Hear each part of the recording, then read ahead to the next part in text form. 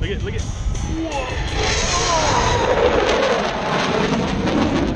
And he did it right.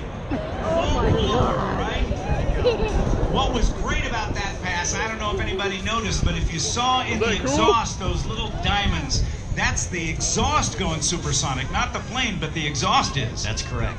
Oh my God. It's 23,000 pounds of thrust on each side, and that airplane is super clean today, so those motors will make it go. They'll push it up. Let me ask you one real quick thing about the Eagle. Having the afterburners going, and for those who aren't aware, afterburner means they're pouring raw jet fuel into the exhaust. That's correct. Gives it a kick in the pants to get into a fight or out of a fight very, very rapidly, but it uses up gas pretty quickly, doesn't it? Tremendous amount of gas.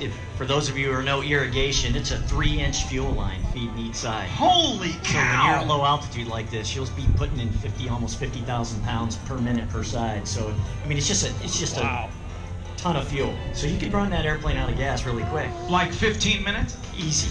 Easy? Easy. In that configuration down at low altitude, 15 minutes. Oh my goodness.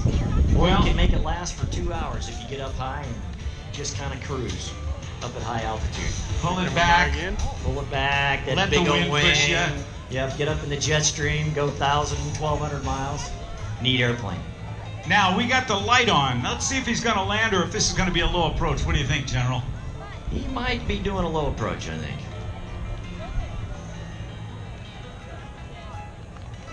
If the light goes out,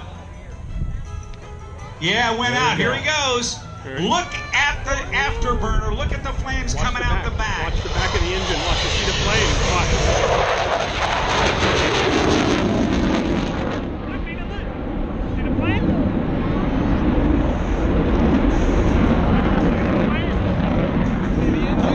This is called beating up the field. Just a little.